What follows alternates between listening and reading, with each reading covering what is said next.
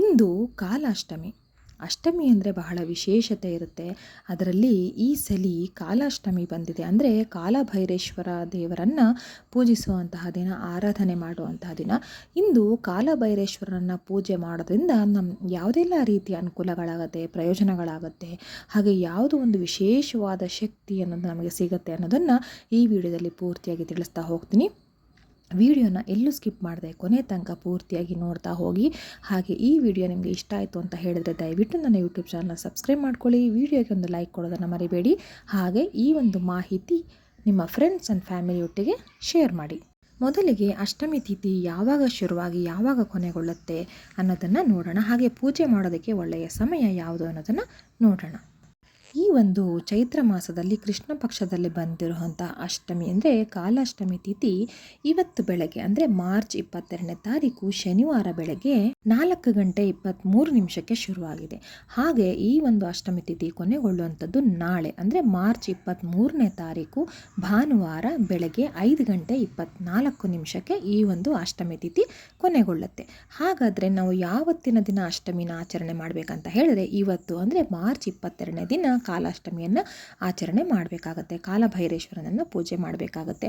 ಹಾಗೆ ಸಮಯ ಅಂತ ಹೇಳಿದ್ರೆ ಇವತ್ತು ಬೆಳಗ್ಗೆ ಕೂಡ ಪೂಜೆಯನ್ನು ಮಾಡಬಹುದಾಗಿತ್ತು. ಹಾಗೆ ಇವತ್ತು ಸಂಜೆ ಕೂಡ ಬಹಳ ವಿಶೇಷವಾಗಿ ಪೂಜೆ ಮಾಡಬೇಕು.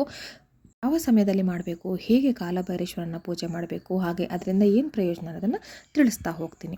ನೀವು ಕಾಲಭೈರೇಶ್ವರರ ದೇವರ ಒಕ್ಕಲು ಆಗಿದ್ದರೆ, ಅಂದರೆ ಕಾಲಭೈರೇಶ್ವರ ದೇವರು ಯಾರ ಮನೆ ದೇವರಾಗಿರುತ್ತಲ್ವ ಅವರು ವಿಶೇಷವಾಗಿ ಪೂಜೆ ಮಾಡೋದ್ರಿಂದ ಎಲ್ಲರೂ ಸಾಮಾನ್ಯ ಜನರು ಮಾಡೋದಕ್ಕಿಂತ ಇನ್ನೂ ಹೆಚ್ಚಿನ ವಿಶೇಷ ಫಲಗಳನ್ನು ಅವರು ಪಡ್ಕೊಳ್ತಾರೆ ಅಂತ ಹೇಳಲಾಗುತ್ತೆ.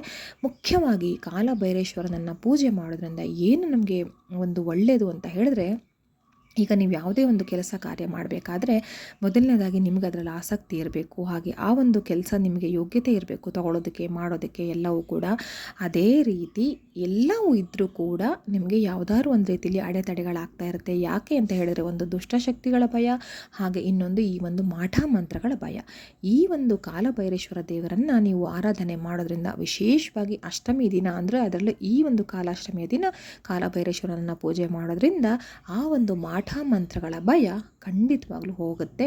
ಹಾಗೆ ಅದು ಏನೇ ಶುಭ ಫಲಗಳು ನಮಗೆ ಕೊಡ್ತಾ ಇರೋದಕ್ಕೆ ಅಡ್ಡಿ ಮಾಡ್ತಾ ಇರುತ್ತೆ, ಈ ಒಂದು ಮಾಠ ಮಂತ್ರ ದೋಷಗಳನ್ನು ಅದೆಲ್ಲವೂ ಕೂಡ ಬಗೆಹರಿಯುತ್ತೆ.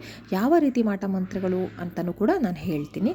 ಮೊದಲಿಗೆ ನೀವು ಬೆಳಗ್ಗೆ ಪೂಜೆ ಮಾಡಿದರೆ ಓಕೆ, ಇಲ್ಲ ಅಂತಂದರೆ ಸಂಜೆ ನೀವು ಮನೆಯನ್ನು ಶುದ್ಧ ಮಾಡಬೇಕಾಗತ್ತೆ ಮೊದಲಿಗೆ.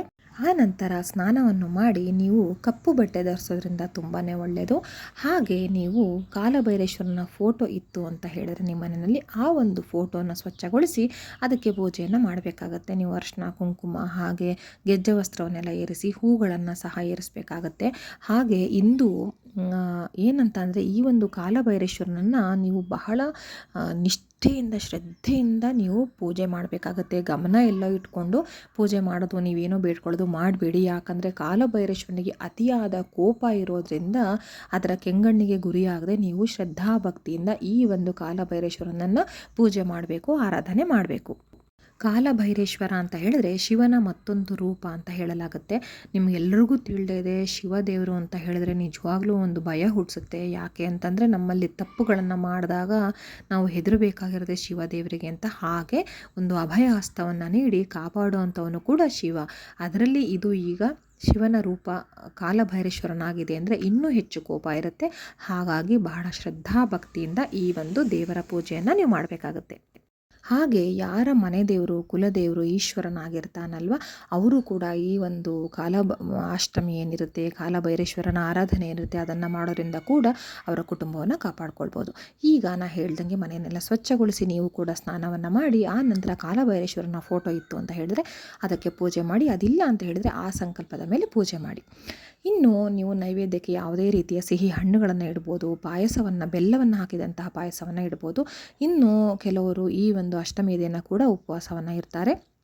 ಹಾಗೆ ಆಗದೇ ಇರುವಂಥವ್ರು ಕೇವಲ ನೀವು ಬರೀ ಸಸ್ಯಾಹಾರಗಳನ್ನು ಸೇವಿಸ್ಕೊಂಡಿದ್ರೆ ತುಂಬ ಒಳ್ಳೆಯದು. ಮಾಂಸಾಹಾರ ಆಗಲಿ ಮದ್ಯವನ್ನಾಗಲಿ ಖಂಡಿತ ಸೇವಿಸಿ. ಹಾಗೆ ಹೊರಬದಿಯಲ್ಲಿ ಹೋಗಿ ಹೊರಗಡೆ ಯಾರಾದರೂ ಅಡುಗೆ ಮಾಡಿರ್ತಾರಲ್ವ ಹೋಟೆಲ್ಲು ಅಲ್ಲಿ ಇಲ್ಲಿ ಆ ರೀತಿ ಊಟ ಮಾಡೋದನ್ನು ಇಂದಿನ ದಿನ ತಪ್ಪಿಸಿ ಶುದ್ಧವಾಗಿರಿ, ಆದಷ್ಟು ಶುದ್ಧವಾಗಿರಿ, ಒಳ್ಳೆ ಮಾತುಗಳನ್ನು ಆಡಿ ಒಳ್ಳೆಯ ಯೋಚನೆಗಳನ್ನು ಮಾಡಿ. ಆ ನಂತರ ನೀವು ಪೂಜೆಯಲ್ಲಿ ಸಂಕಲ್ಪವನ್ನು ಮಾಡ್ಕೊಳ್ಬೇಕಾಗತ್ತೆ. ಏನು ಅಂತ ಹೇಳಿದ್ರೆ ಹೇಗೆ ಅಂತ ನಿಮ್ಗೆ ಆಲ್ರೆಡಿ ತುಂಬ ವಿಡಿಯೋದಲ್ಲಿ ಹೇಳಿದ್ದೀನಿ, ಈಗಲೂ ಕೂಡ ಹೇಳ್ತೀನಿ. ಬಲಗೈಯಲ್ಲಿ ಸ್ವಲ್ಪ ಅಕ್ಷತೆಯನ್ನು ತಗೊಳ್ಳಿ, ಅಂದರೆ ಮಂತ್ರಾಕ್ಷತೆ ಏನು ಇಟ್ಕೊಂಡಿರ್ತೀರಲ್ಲ ಮನೇಲಿ ಅದನ್ನು ತಗೊಳ್ಳಿ. ಅದ್ರ ಜೊತೆಗೆ ಒಂದು ಹೂವನ್ನು ತಗೊಂಡು ನಿಮಗೆ ಏನು ಕಷ್ಟ ಇದೆ, ಮುಖ್ಯವಾಗಿ ನಾ ಹೇಳಿದ್ದು ಕಾಲಭೈರೇಶ್ವರನ ಆರಾಧನೆ ಯಾವಾಗ ಮಾಡಬೇಕು ಅಂತ ಹೇಳಿದ್ರೆ ಯಾವಾಗಲೂ ಮಾಡಬಹುದು ಏನೇ ಸಂಕಷ್ಟ ಇದ್ದರೂ ಕೂಡ. ಆದರೂ ವಿಶೇಷವಾಗಿ ನಿಮ್ಮ ಮನಸ್ಸಿಗೆ ಒಂದು ಅನ್ನಿಸ್ತಾ ಇರುತ್ತೆ, ಮಾಠ ಮಂತ್ರ ಮಾಡಿದ್ದಾರೆ, ಏನೋ ಒಂದು ತಡೆ ಹಿಡಿತಾ ಇದೆ, ನಮಗೆ ಮುಂದುವರಿಯೋಕೆ ಆಗ್ತಾ ಇಲ್ಲ. ನೀವಾಗಿರ್ಬೋದು, ನಿಮ್ಮ ಮಕ್ಕಳಿಗಾಗಿರ್ಬೋದು, ನಿಮ್ಮ ಗಂಡ ಹೆಂಡತಿ ಅತ್ತೆ ಮಾವ ಅಪ್ಪ ಅಮ್ಮ ಯಾರಿಗೇ ಆಗಿರ್ಬೋದು, ಯಾವುದೋ ಒಂದು ರೀತಿಯಲ್ಲಿ ತಡೆ ಹಿಡಿತಾ ಇರುತ್ತೆ. ಎಲ್ಲ ಸರಿಯಾಗಿರುತ್ತೆ, ಆದರೆ ಮುಂದೆ ಹೋಗೋದಕ್ಕೆ ಆಗ್ತಾ ಇರಲ್ಲ. ಹಾಗೆ ನೀವು ಬೇರೆ ಕಡೆ ಪ್ರಶ್ನೆಯನ್ನು ಕೇಳಿಸ್ದಾಗಲೂ ಕೂಡ ಇದೇ ಉತ್ತರ ಬಂದಿರುತ್ತೆ, ಯಾರೋ ನಿಮ್ಮ ಹೆಸರಲ್ಲಿ ಮಾಟ ಮಂತ್ರ ಮಾಡಿಸಿದ್ದಾರೆ ಅಂತ ಹೇಳಿ. ಹಾಗಾಗಿ ಏಳಿಗೆ ಆಗ್ತಾ ಇರಲ್ಲ ಯಾವುದೇ ಒಂದು ವಿಷಯದಲ್ಲಿ. ಅಂತಹ ಸಂದರ್ಭದಲ್ಲಿ ನಿಮಗೆ ಹೇಗೆ ಅನುಮಾನ ಇದೆ, ನಿಮ್ಮ ಮಕ್ಕಳ ವಿಷಯದಲ್ಲೋ ನಿಮ್ಮ ವಿಷಯದಲ್ಲೋ ಅಥವಾ ನಿಮ್ಮ ಆರ್ಥಿಕ ಸಮಸ್ಯೆ ಸಾಲ ಸೋಲಗಳು ಇವೆಲ್ಲ ಏನಿರುತ್ತಲ್ವ, ನಿಮಗೆ ಏನು ಸಮಸ್ಯೆ ಇದೆ, ಯಾವುದರಿಂದ ನೀವು ಹೊರಗಡೆ ಬರಬೇಕು ಅಥವಾ ಕಾಲಭೈರೇಶ್ವರ ಯಾವುದನ್ನು ನಿಮಗೆ ಪರಿಹಾರ ಮಾಡಿಕೊಡ್ಬೇಕು ಅಂತ ನೀವು ಬಯಸ್ತೀರ, ಅದನ್ನು ಬಹಳ ಶ್ರದ್ಧಾ ಭಕ್ತಿಯಿಂದ ನೀವು ಒಂದು ಸ್ವಲ್ಪ ಹತ್ರೂ ಕೂಡ ಪರವಾಗಿಲ್ಲ ಅಷ್ಟು ಮನಸಾರೆ ನೀವು ದೇವರನ್ನು ಪ್ರಾರ್ಥನೆ ಮಾಡಿ, ಕೈಯಲ್ಲಿ ಬಲಗೈಯಲ್ಲಿ ಅಕ್ಷತೆ ಹಾಗೆ ನೀವು ಒಂದು ಹೂವನ್ನು ಇಟ್ಕೊಂಡು, ಹೆಣ್ಮಕ್ಳಾದರೆ ದಯವಿಟ್ಟು ಕೈಗೆ ಬಳೆಯನ್ನು ಧರಿಸಿ ಬೇಡ್ಕೊಳ್ಳಿ. ಹಾಗೆ ಬರೀ ಕೈಲಿ ಖಂಡಿತ ಮಾಡಬಾರ್ದು. ಮದುವೆ ಆಗಿರೋ ಹೆಣ್ಮಕ್ಳಾದರೂ ಸರಿ, ಮದುವೆ ಆಗದೇ ಇರೋ ಹೆಣ್ಮಕ್ಳಾದರೂ ಸರಿ, ಕೈಯಲ್ಲಿ ಬಳೆಯನ್ನು ಧರಿಸಿ ಹಣೆಯಲ್ಲಿ ಕುಂಕುಮವನ್ನು ಕೂಡ ಇಟ್ಕೊಳ್ಳಿ. ಆ ನಂತರ ನೀವು ನಿಮ್ಮ ಕಷ್ಟ ಏನಿರುತ್ತೆ ಅದನ್ನು ಬೇಡಿಕೊಂಡು ಅದನ್ನು ದೇವ್ರ ಫೋಟೋದ ಹತ್ರ ಹಾಕಿ ಅಕ್ಷತೆ ಹಾಗೆ ಹೂವನ್ನು. ಆ ನಂತರ ನಾನು ಹೇಳ್ದಂಗೆ ನೀವು ನೈವೇದ್ಯಕ್ಕೆ ಇಟ್ಟಿರ್ತೀರ, ನೈವೇದ್ಯ ಇಡದೆ ನೀವು ಪೂಜೆ ಮಾಡಬೇಡಿ. ಒಣ ಹಣ್ಣುಗಳಾದರೂ ಪರವಾಗಿಲ್ಲ, ಏನೂ ಇಲ್ಲ ಅಂದರೆ ಹುರಿಗಡಲೆ ಸಕ್ಕರೆನಾದರೂ ಇಡಿ ಅಥವಾ ಒಣ ದ್ರಾಕ್ಷಿಯನ್ನಾದರೂ ಇಡಿ, ಖಂಡಿತ ಹಾಗೆ ಇದು ಮಾಡಬೇಡಿ. ತೆಂಗಿನಕಾಯಿನ ಕೂಡ ಒಡೆದು ನೀವು ದೇವರಿಗೆ ಅರ್ಪಿಸ್ಬೇಕಾಗತ್ತೆ. ಆ ನಂತರ ನೀವು ನಾನು ಹೇಳ್ಕೊಡ್ತೀನಿ ಒಂದು ಮಂತ್ರ 108 ಬಾರಿ ಪಠನೆ ಮಾಡಿ. ಕೆಲವ್ರಿಗೆ ಒಂದು ಏನಂದರೆ ದುಸ್ವಪ್ನಗಳು ಬೀಳುವಂಥದ್ದು ಕಾಡ್ತಾ ಇರುತ್ತೆ. ಪ್ರತಿನಿತ್ಯ ರಾತ್ರಿ ಆಯಿತು ಅಂತ ಹೇಳಿದ್ರೆ ಸಾಕು ಕೆಟ್ಟ ಕನಸುಗಳು ಬೀಳ್ತಾ ಇರುತ್ತೆ. ಅದೆಲ್ಲವನ್ನು ಈ ಒಂದು ಕಾಲಭೈರೇಶ್ವರ ದೇವರು ಪರಿಹಾರ ಮಾಡಿಕೊಡ್ತಾನೆ ಖಂಡಿತವಾಗ್ಲೂ. ಹಾಗಾಗಿ ನೀವು ಓಂ ಶ್ರೀ ಕಾಲಭೈರೇಶ್ವರಾಯ ನಮಃ ಅನ್ನೋ ಒಂದು ಸ್ತೋತ್ರವನ್ನು ನೀವು 108 ಬಾರಿ ಕನಿಷ್ಠ, ನಾನು ಹೇಳ್ತಾ ಇರೋದು ಕನಿಷ್ಠ 108 ಬಾರಿ ಯಾರು ಪಠನೆ ಮಾಡಲೇಬೇಕಾಗತ್ತೆ. ಇನ್ನು ಸಾಮಾನ್ಯವಾಗಿ ಪೂಜೆ ಮಾಡ್ತೀರಾ, ಅಷ್ಟಮಿ ದಿನ ಕಾಲಭೈರಾಷ್ಟಮಿ ಬಂದಿದೆ ಹಾಗಾಗಿ ಪೂಜೆ ಮಾಡ್ತೀನಿ ಅನ್ನೋರು ಒಂದು 5 ಸತಿ ಹೇಳಿದ್ರು ಸಾಕಾಗುತ್ತೆ, 11 ಸಲ ಹೇಳಿದ್ರು ಸಾಕಾಗುತ್ತೆ. ಆದರೆ ಖಂಡಿತ ಸಮಸ್ಯೆ ಇದೆ. ಆಮೇಲೆ ಇನ್ನೊಂದು ಮುಖ್ಯವಾಗಿ ಹೇಳೋದು, ಮತ್ತು ಕೆಲವ್ರಿಗೆ ಆಗಾಗ ಆರೋಗ್ಯ ಸಮಸ್ಯೆ ಕಾಡ್ತಾ ಇರುತ್ತೆ. ಏನು ಆ ಥರ ಹೇಳ್ಕೊಳ್ಳೋ ಥರ ದೊಡ್ಡ ಕಾಯಿಲೆ ಇರೋದಿಲ್ಲ, ಆದರೂ ಒದ್ದಾಡ್ತಿರ್ತಾರೆ. ಏನೋ ಒಂದು ಹುಷಾರಿರಲ್ಲ, ಮನಸ್ಸು ಸರಿ ಇರಲ್ಲ, ತಲೆನೋವು, ಹೀಗೆ ಸಣ್ಣ ಪುಟ್ಟದ್ದು. ಆದರೆ ತೋರಿಸಿದ್ರೆ ಏನೂ ಕಾಯಿಲೆ ಇರೋದಿಲ್ಲ.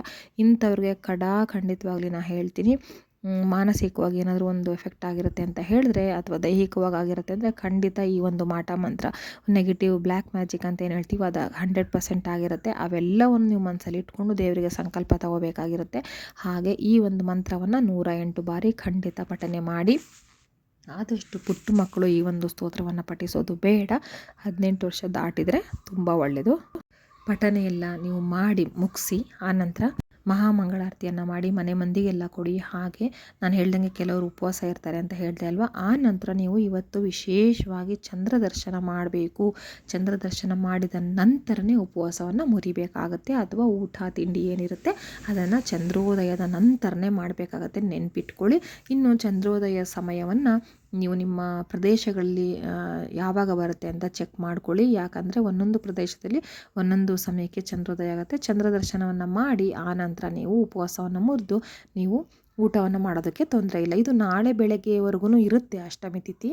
ಆದರೆ ಇಂದು ರಾತ್ರಿಯೇ ನೀವು ಈ ಒಂದು ಅಷ್ಟಮಿ ತಿಥಿ ಲೆಕ್ಕದಲ್ಲಿ ನೀವು ಪೂಜೆಯನ್ನು ಮಾಡಿದ ನಂತರ ನೀವು ಉಪವಾಸವನ್ನು ಮುರಿದು ಊಟವನ್ನು ಮಾಡೋದಕ್ಕೆ ಏನೂ ತೊಂದರೆ ಇರೋದಿಲ್ಲ. ಈ ಒಂದು ಪೂಜೆಯನ್ನು ಮಾಡೋದ್ರಿಂದ ವಿಶೇಷವಾಗಿ ನಮಗೆ ಏನು ಶಕ್ತಿ ದೊರೆಯುತ್ತೆ ಅಂದರೆ ನಮ್ಮ ದೇಹಕ್ಕೆ ಒಂದು ಶಕ್ತಿ ಬರುತ್ತೆ, ಒಂದು ಪ್ರೊಟೆಕ್ಷನ್ ಅಂತ ಬರುತ್ತೆ. ಯಾವುದೇ ಒಂದು ಕೆಟ್ಟ ಎನರ್ಜೀಸ್ ಇದ್ರೂ ಕೂಡ ನಮ್ಮ ಬಳಿ ಹತ್ತಿರ ಬರೋದಿಲ್ಲ. ಆ ರೀತಿ ಒಂದು ನಮಗೆ ಗೊತ್ತಿಲ್ಲದಂಗೆ ಆ ಒಂದು ಕಾಲಭೈರೇಶ್ವರ ನಮಗೆ ನೀಡ್ತಾನೆ. ಹಾಗಾಗಿ ಇಂದು ಸಂಜೆ ಆ ಒಂದು ಕಾಲಭೈರೇಶ್ವರ ದೇವರನ್ನು ಎಲ್ಲರೂ ಕೂಡ ಆರಾಧಿಸಿ ಪೂಜೆ ಮಾಡಿ, ಹಾಗೆ ಆ ಪ್ರಸಾದವನ್ನು ದೇವರಿಗೆ ನೈವೇದ್ಯ ಇಟ್ಟಂತಹ ಒಂದು ಪದಾರ್ಥಗಳಿಂದ ನೀವು ಸ್ವೀಕರಿಸಿ ಪ್ರಸಾದವನ್ನು. ಎಲ್ರಿಗೂ ಕೂಡ ಒಳ್ಳೆಯದಾಗಲಿ. ಧನ್ಯವಾದಗಳು.